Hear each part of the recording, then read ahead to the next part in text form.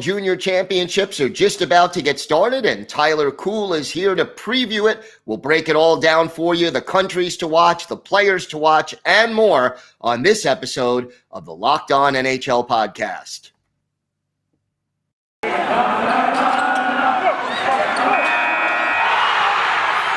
You're Locked On NHL, your daily podcast on the National Hockey League. Part of the Locked On Podcast Network, your team every day.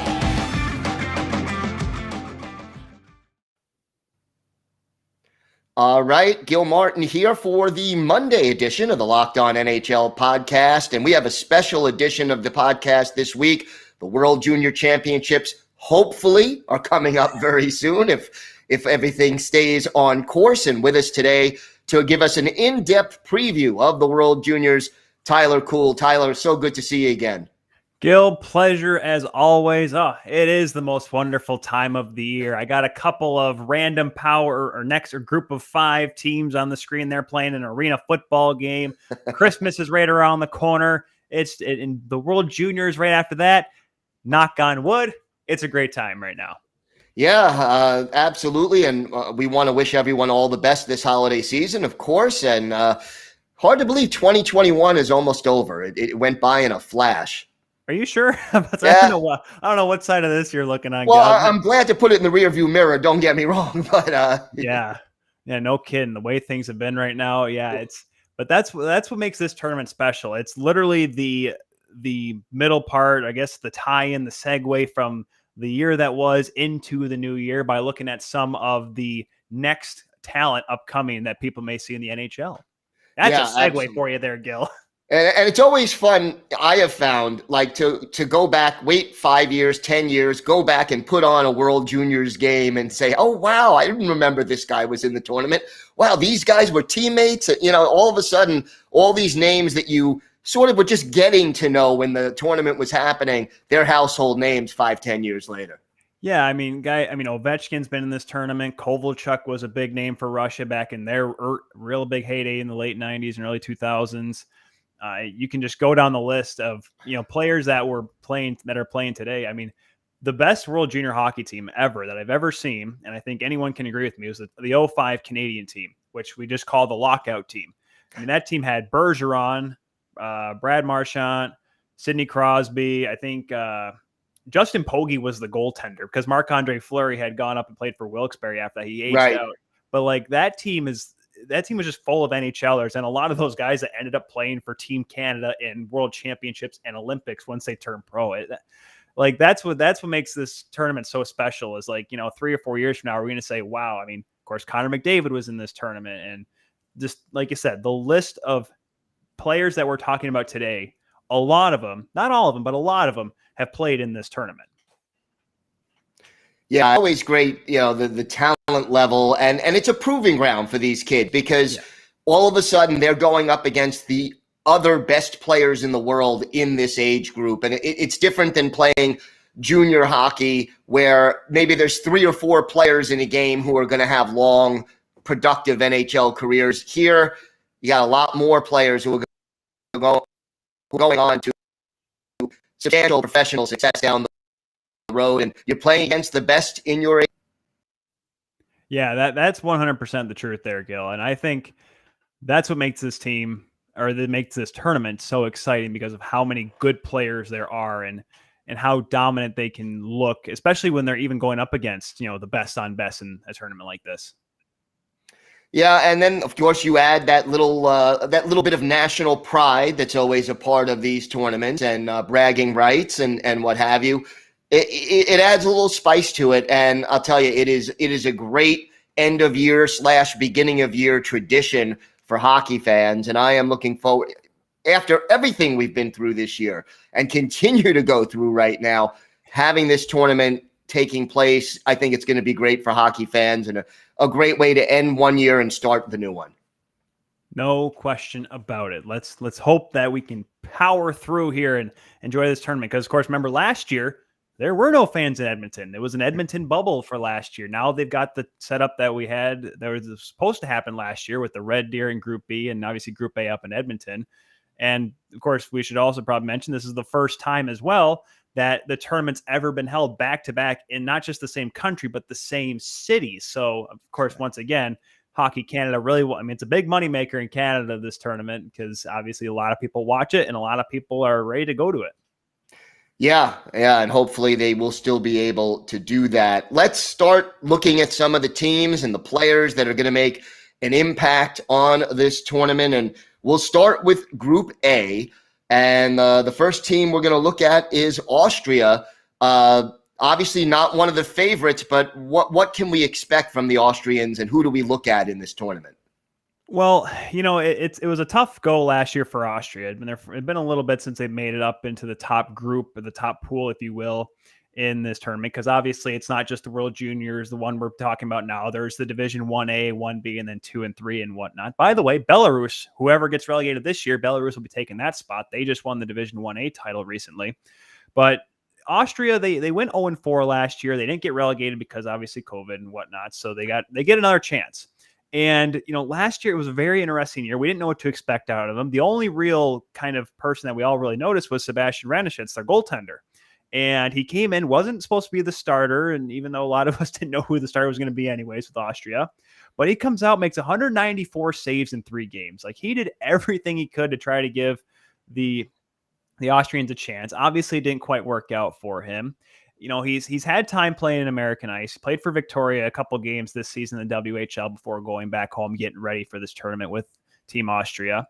But a lot of people are looking up front for this team, and that's Marco Kasper. He's a 17-year-old kid. He had 1 assist last year for his country in the tournament as a 16-year-old, mind you, and has been playing well. He's been playing in the top league in Sweden, the Swedish Elite League for Rögle, and 4 goals and 2 assists in 24 games. I know that's not, on this side of the pond, not world-beating numbers, but if you ever look at some player stats in Europe, there are some guys that, if they can get a point a game, that's pretty good. And this kid's only 17 playing against men.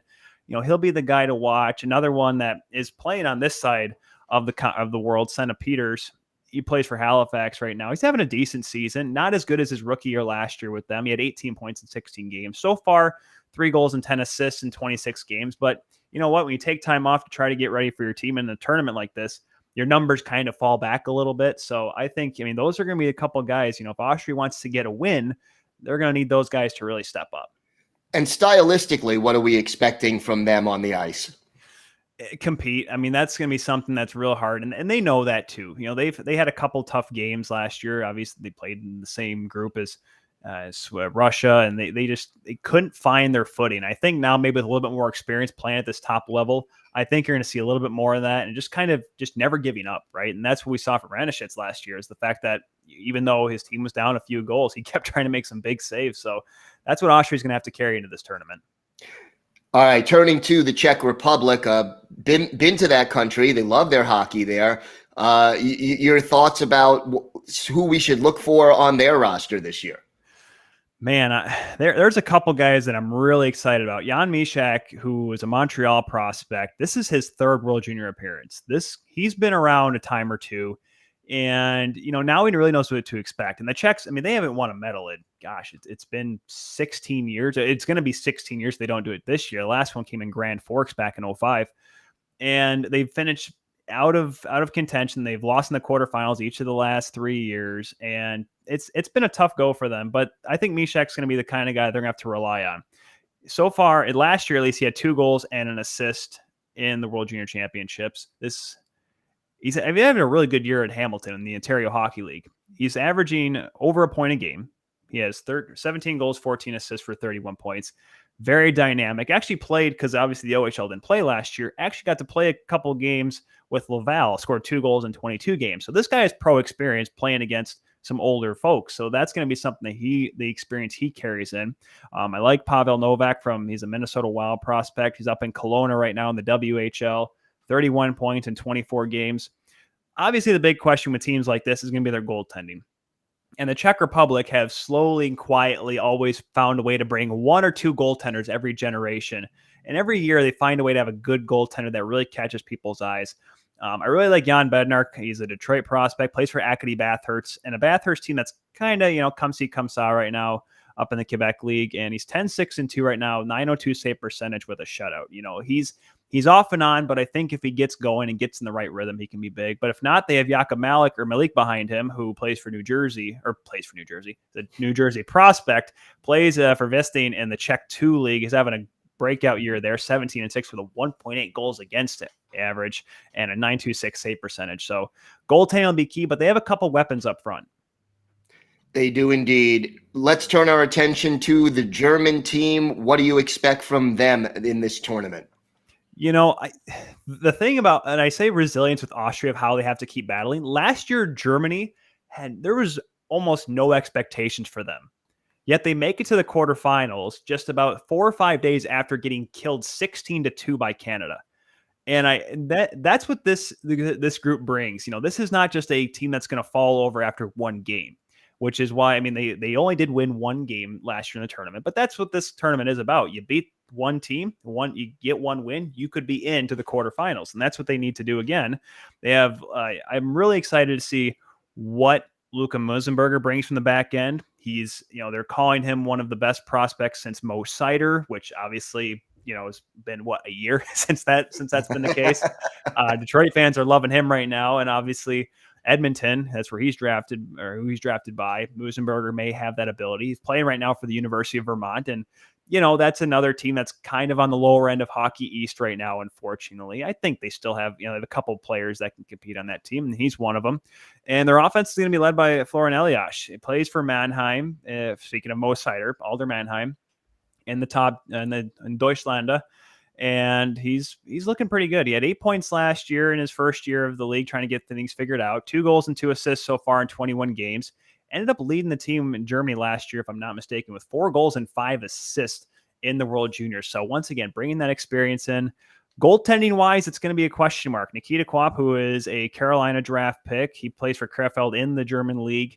Not great numbers. Going to about 9 games this year, 3-4, the 3.52 goals against average. Or they can turn to Florian Bugle, who was going to be on the team last year, didn't play at all, but he plays in the Austrian Junior League for Red Bulls and is having a decent year, a couple shutouts and a 10-6 record. So it's not going to be easy for Germany, no question about it, given that the group that they're in. But you know what? They can compete maybe against the Czechs and certainly against the Austrians. All right, Tyler, why don't you tell us a little bit about Built Bar?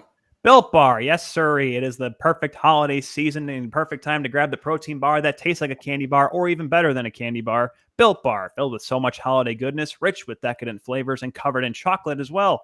Amazingly low in calories, sugar, net carbs, and fat, and high in protein. You get the best of both worlds, delicious and healthy. And you have so many flavors as well, you'll have a hard time choosing which one you want to have. Will you have raspberry mint brownie, cherry or double chocolate, cookies and cream or peanut butter brownie? Built Bar also gives you the extra fuel you need to bust down those mall doors this holiday season and battle all those other shoppers. Or if you're just standing in endless shopping lines, Built Bar can give you the extra something you need to keep on going. So throw one in your jacket or purse, because you never know when you're going to need it. And also, you friends with Santa? Well, tell the big man to throw a few Built Bars in those stockings, because with so many flavors, they'd make anyone's Christmas morning a happy one. Go to Built.com right now by using the promo code LOCKED15 to get 15% off your order. 15% off by using LOCKED15, all one word, at Built.com.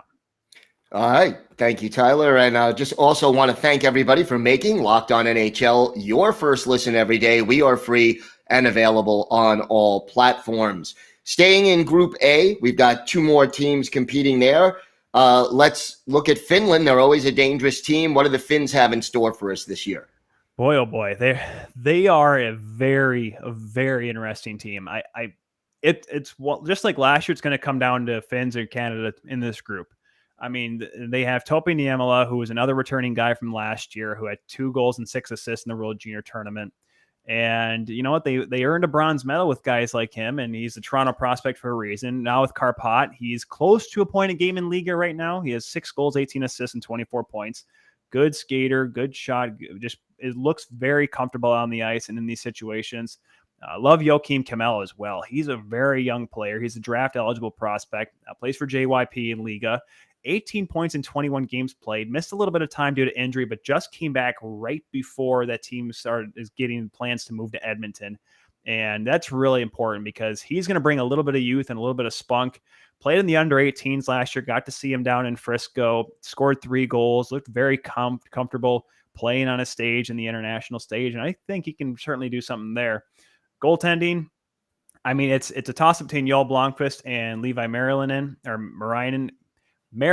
Holy moly. Some of these Finnish names are a little too long for me. Blomqvist will probably get the start game one. He's a Pittsburgh prospect for a reason and is playing pretty well right now. And I had to look at these numbers, and I had to go back to look at his game charts to make sure they weren't a typo on elite prospects.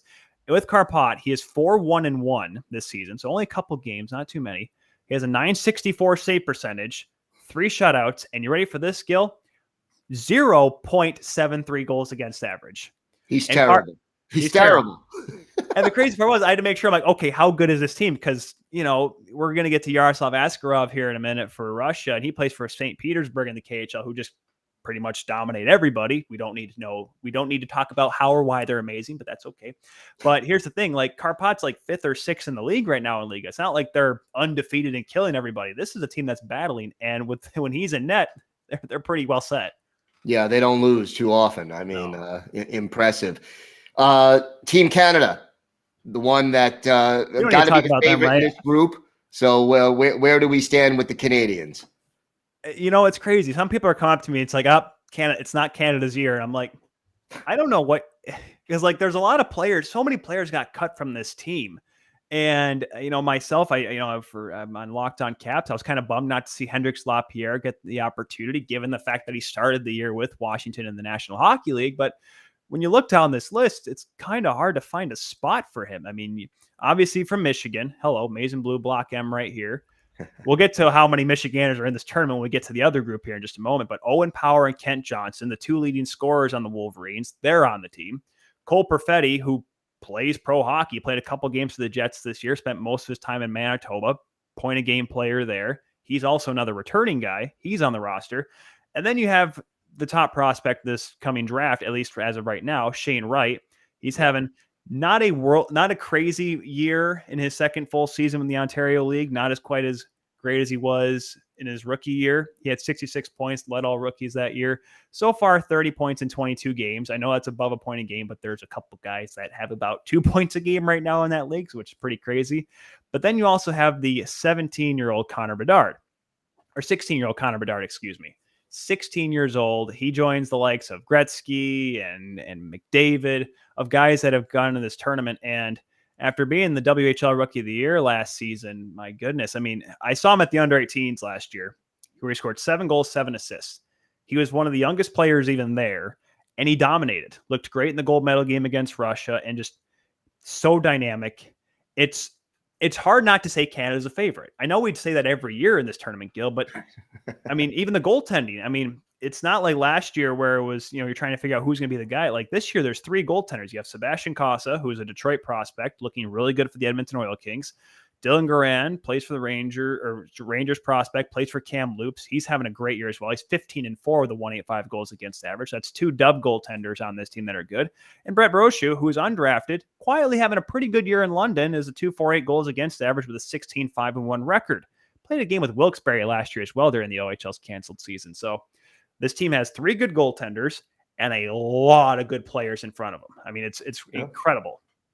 Obviously, one of the keys for the coaching staff is to figure out which goalie is the right one, who's hot, who's ready, and who they can ride. Do you think they'll pick one and stick with that goalie, or do you think they'll try to play all 3 and then figure out who plays in the playoff rounds?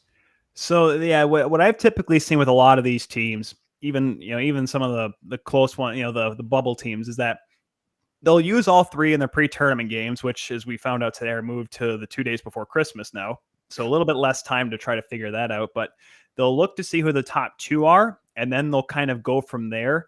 I mean, I've literally seen, where it's been one goaltender gets the start or, starts game 1, looks decent, but then the next guy comes in game 2 and it's like, oh, nope, that's our guy. And they just run with him the rest of the tournament. Like, that's what happens. And so, especially in such a short tournament like this, we only play 4 round robin games. You have no time to really decide, all right, should we give this guy a chance? It's like, nope, we need to win. We got to get these dubs, and we got to use the best possible tool that we can put in there. So if Casa steps up and is the guy game 1 and goes from there, I mean, all the power to him. And unfortunately for Dylan and Brett, it's not like they're bad goaltenders. It's just the fact that one guy at that time is playing a little bit better.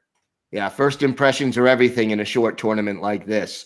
Yeah. Let's turn our attention to Group B. Let's start off with the Swiss team. Switzerland is kind of a dark horse. They always have one or two really good players on their team, but the depth isn't always there. Where do they stand this year? Boy, I had high hopes for them last year. They had Marco Rossi coming in there, and I thought, man, this kid's going to tear it up. Gets hurt game one. Then that just ruined their chances. But they have a couple guys that are someone to look at, and it was probably one of the perks of doing the under 18s last year with Bruce Levine, a couple other guys down in Texas broadcasting the games, because half of these teams are just like, I remember that guy. I saw that guy last year. And two of them that really stand out for me on this team's blue line. Brian Zanetti, who ended up getting drafted by the Philadelphia Flyers this past summer. He's got 9 assists right now with Peterborough in a few games. Very good puck moving defenseman. And then Leon Bichelle, who is almost impossible to miss. He's 6'5". He's a big, tall kid, big, tall drink of water.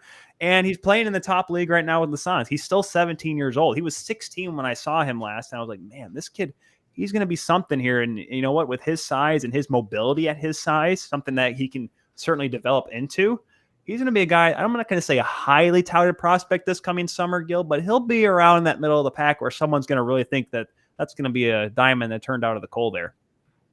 Yeah, should be interesting. So your outlook for Switzerland? I hate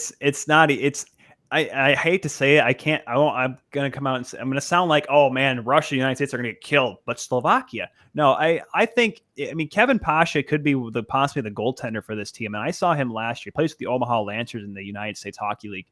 There were some games, and they played Sweden and they played Canada, where they were just getting pummeled in shots. And even Belarus, because Belarus last year in the under 18s was this really sneakishly good team. And they were just getting hounded with shots, and he made some huge saves in that tournament. So if he can really bail his team out, more power to him. Noah Patino is probably the other guy they're going to look forward at. He plays for St. John's in the Quebec League.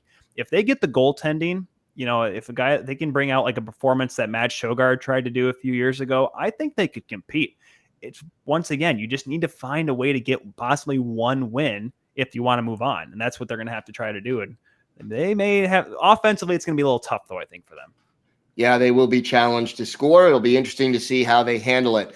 We'll have previews of the rest of the teams in Group B in just a moment. But right now, BetOnline has you covered all season with more props, odds, and lines than ever before as football season continues the march to the playoffs. BetOnline remains your number one spot for all the sports action this season. So head to our new updated desktop or mobile website to sign up today and receive your 50% welcome bonus on your first deposit.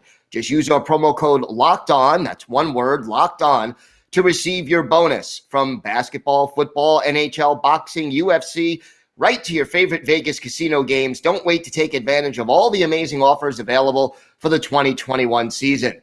BetOnline is the fastest and easiest way to bet on all your favorite sports, so check out BetOnline, where the game starts. So, Tyler, continuing our look at Group B, Slovakia is the next team up on the list. And how do the Slovaks look coming into this tournament? Who are the key players to look for? They have a couple good returning players. Martin Kromiak, who is a Los Angeles prospect, and Alexei Mikluka are a couple other guys that I think are going to be the ones that look to bring in the veteran presence. Kromiak, who also plays for the Kingston Frontenacs with Shane Wright in the Ontario League. Those two guys really hook up pretty well. But it's going to be the guys that are draft eligible this year that I'm really interested to look at and see how they produce, because Juraj Slafkovsky, I mean, he was held pointless last year in the tournament. He looks like he's a little bit hungrier and, once again, a little bit more mature as well playing this year. He's played a lot with the under-20 TPS team in Finland in the junior league there, has 18 points in 11 games, and has actually played quite a bit as well with the top team in Liga. He has only 4 points in 20 games, but once again, this kid's 17 years old, playing against a lot of guys that are 27, 28, 29 years old, trying to simply make his way in pro hockey. And if he can produce the way he does in the Finnish league, just bringing that kind of compete level to this team, that's going to be important. Simon Nemec on the back end is going to be a very exciting, I think, prospect coming into this year's draft too. With Nitra this year, which is the Slovakian top league, he has 13 assists in 22 games. He had 4 assists last year, which I believe was either first or second among the Slovakian blue liners in last year's tournament as a 16-year-old. I mean, this kid's only going to get better and better and better. And I don't think that too many teams are going to pass him over, especially teams that need a defenseman, a good puck-moving defenseman. Goaltending is going to be another question mark because Slovakia, unlike the Czech Republic, unlike their Czechoslovakian brethren, I don't know if they want me to call them that, but I did it anyways. I'm gonna get some hate in the comments for it. But that may be their tough part. They have a couple of USHL goaltenders coming in here. Simon Letochki, who is actually a Nebraska Omaha commit, so certainly he's going to be ready to play next level hockey coming in next season. Actually does certainly have some winning to his pedigree. Last year winning the Clark Cup with the Chicago Steel, and he's playing pretty well with the Madison Capitals this year. He's bounced around the league despite as good as he is. 11-5-1 with an .892 save percentage. Not amazing numbers.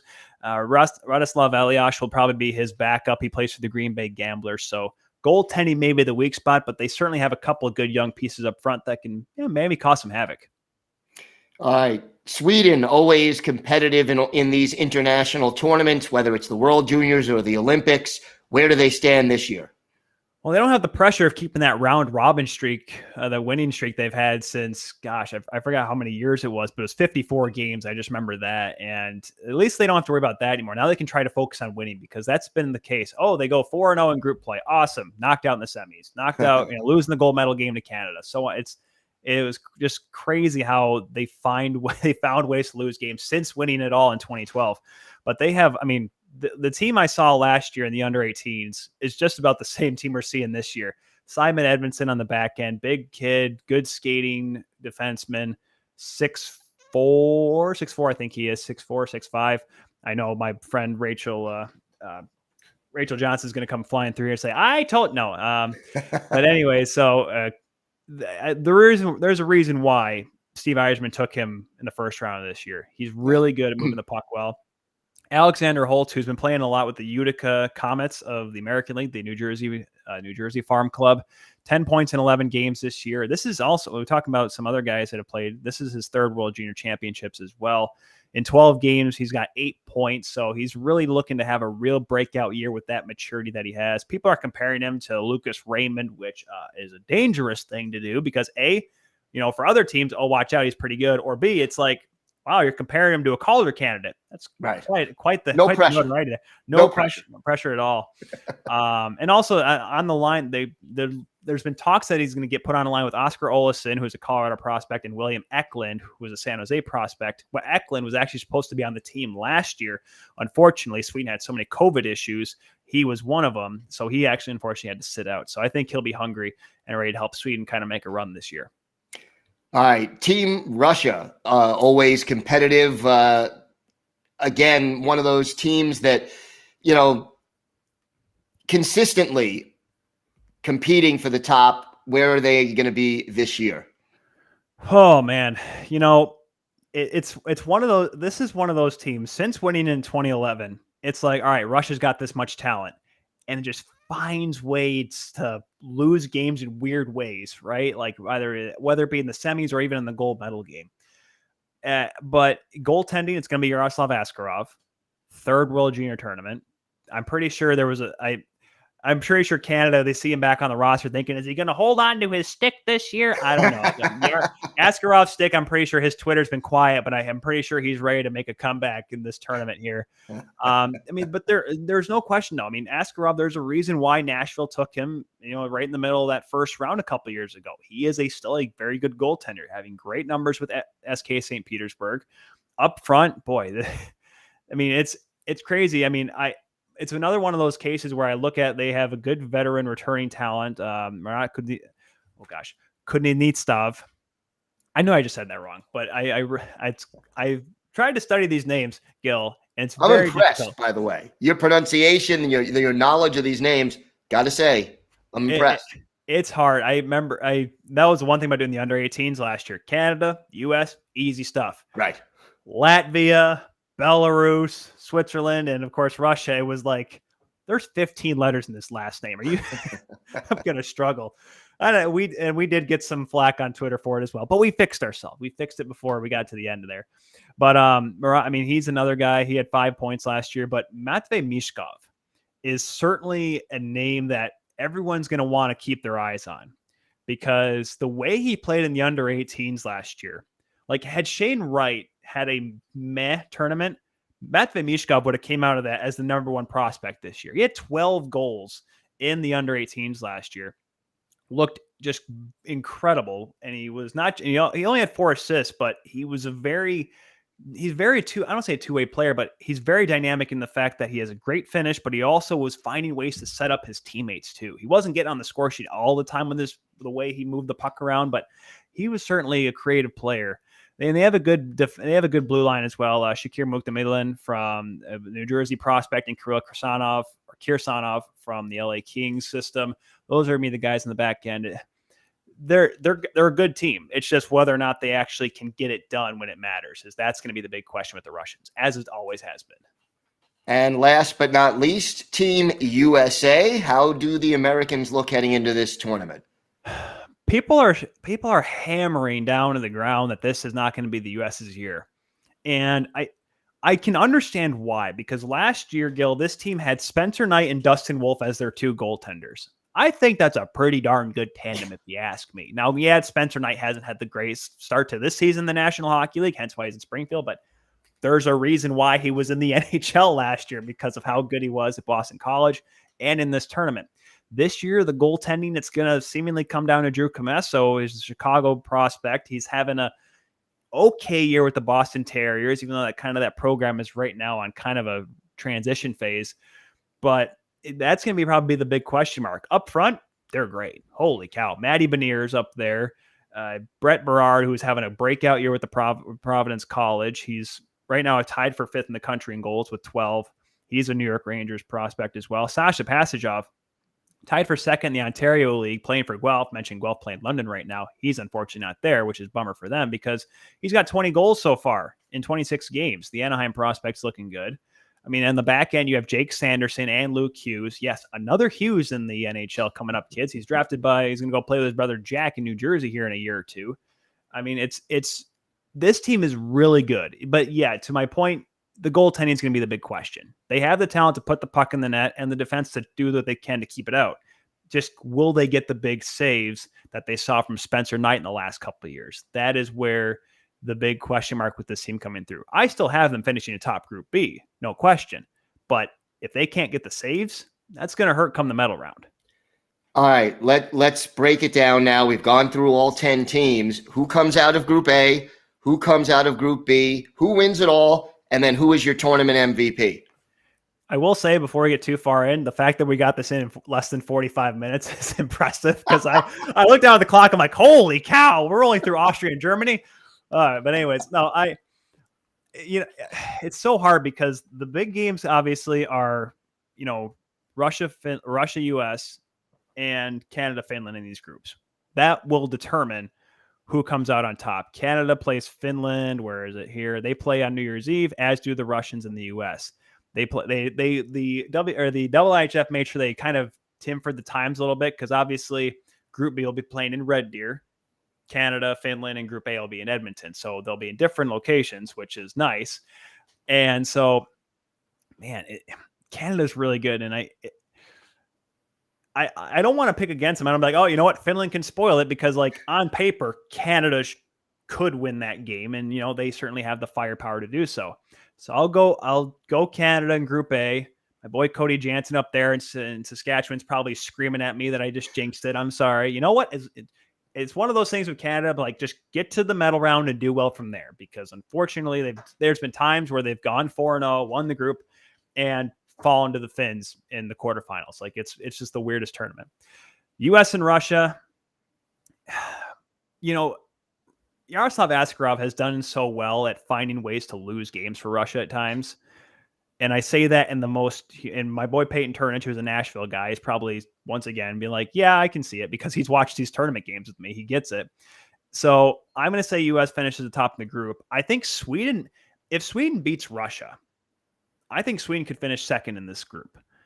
Even though people are saying this could be a down year for them because of their goaltending, they always find a way to get a solid goaltender. Jonas Johansson's one name, Philip Gustafsson comes up as another. So I'm going to go, quickly running down the groups off the top of my head. Group A will be Canada, Finland, Czechs, Germany, Austria. Unfortunately, I know that's kind of the reverse order that we did when we broke the teams down, but it's just really hard to see Austria really jump. They could beat Germany, but it's going to be tough. Group B, I'm going to see U.S., Sweden, Russia. Swiss Slovakia. I think somehow the Swiss get a good goaltending performance against the Slovaks, and Slovakia is going to have their hands tough against the top three. So yeah, I think maybe Slovakia and Austria battle it out for the relegation round. And that I don't know. Those games are always very interesting. You're gonna make me pick gold, bronze, or gold, silver, and bronze, aren't you? Oh, yes. I'm gonna get podcasted here, Gil. You're killing me. I literally like just on the base of the fact that because I'm not quite sure how the quarter. It's obvious. I'm trying to figure out how the seeding would work off the top of my head because that would really affect it. Because I'm not sure if I pick those the way the groups I did, if like there's a chance US and Canada could play in the final. If they both finish 1-1, then yes, that would be the case. They could easily both play in the gold medal game. Man. I'll put US and Canada in the gold medal game, and I'll throw Sweden and Finland in the third place game. Because like I said, somehow, some way, Finns will knock off Russia, even though that wouldn't be the seed. No, it would be 2, 3. No, I don't know. Somehow Yaroslav Askarov will unfortunately find a way to just give up 3 or 4, and the Russian offense will kind of go cold. Like that's been their problem when it comes to these big games and tournaments like this. I mean, shoot, if you want to go even higher up, go to the Olympics back in Sochi. That team was stacked with talent, and they just couldn't find a way to score. And Sergei Bobrovsky looked like Sergei Bobrovsky that we saw in his first couple of years in Florida. It just didn't quite work out. So I'll go because Sweden Finland's always a fun game to watch because it is. I mean, if for all those Scandinavian fans out there, like that is their U.S. Canada rivalry. That's bragging rights. It's heated, and literally, people still tell me that Finland is still celebrating their 1994 World Championship because they beat Sweden. It was crazy. So I'll go with the Finns in that one. Sorry, Sweden. I'll go Finns taking the bronze and an MVP. Yeah, I'll leave the gold medal game off to the side because I'm going to predict that, and it's going to be reverse. MVP, because it always goes to the team that wins. Usually. Man, I'll give you my 2 that I think are going to do really well in this tournament. I'm going to give it to. I'm going to kind of go off the board here with this one. I'm going to say Jake Sanderson has a massive tournament for the Americans. I'm going to say he picks a bunch of points, looks good on the defensive end, so he'll be my pick for the Americans. Canada, man, because their goaltending is going to have to come up big. Like while they have like Mason McTavish and a couple other big names up front that can score. Wyatt Johnson had a great tournament last year. They're going to need some goal score. They're going to need some goal scoring. And you know what? McTavish, he started off in the NHL this year for a reason. He got sent down to Peterborough and just scored a hat trick in his first game back. Like he knows how to score at the junior level. So I'm going to go Mason McTavish. I'm going to say he scores at least 5 goals, and he's going to score a couple big ones late in the tournament. That'll give him the MVP. I'm not picking who's going to win though, Gil. I'm not going to do it. Okay. All right. You're not going to bait me into this. I'm not going to have everyone come back and just clip this video and be like, see, you were wrong. All right. Well, Tyler, let's get down to this. You're going to be giving us some special coverage all throughout the World Juniors. Why don't you tell our listeners and our viewers where they could find that and then tell us a little more about it?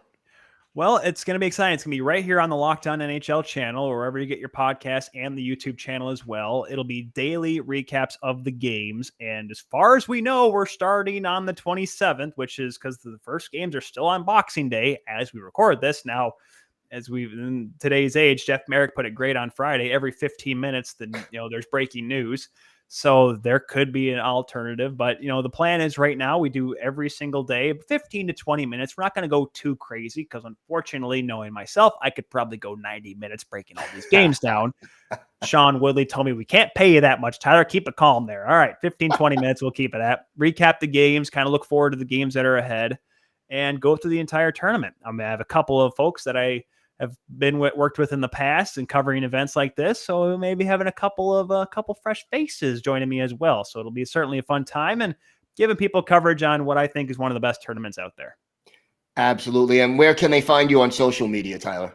Well, Gil, they can follow me at TJKU29 on Twitter, Instagram, and yes, TikTok. Yes, I bit hard. Did something cool with arenas. Gil, could you do a quick trivia question? How many arenas in the NHL of the 32 barns, how many have their original name? 5. 10. So I can see what you were thinking there because everyone changes it. Yeah. And I broke down all those arenas in my latest TikTok. So I use it for fun, but I also use it for information, trying to inform everybody on the social medias. I love it. I love it. Well, I want to thank everyone for making Locked On NHL your first listen every day. Now make your second listen Locked On Bets. It's your daily one-stop shop for all your gambling needs. Locked On Bets is hosted by your boy Q with expert analysis and insight from Lee Sterling. It's free and available on all platforms. Tyler, this was great fun. I'm looking forward to the tournament, and it's always a pleasure to talk to you. Thanks, Gil. Appreciate it as always, man. And we'll definitely have to talk sometime because this tournament could be a fun one if it happens. Little details, right? Just little footnotes like this tournament may or may not happen. Yeah, you said, every 15 minutes there's a news update, but most of them are not good. So it's no kidding. Holy moly. Yeah. Well, that's going to do it for this episode of the Locked On NHL podcast. I want to thank everybody for joining us, and of course, thanking Tyler for being here and doing this great job of previewing the World Juniors. Should be a fun tournament, and we're looking forward to it. I will be back, obviously, next Monday and every Monday as I do host the Monday edition of the Locked On NHL podcast. Have a great day, everybody. Stay safe, and thanks for listening to the Locked On NHL podcast.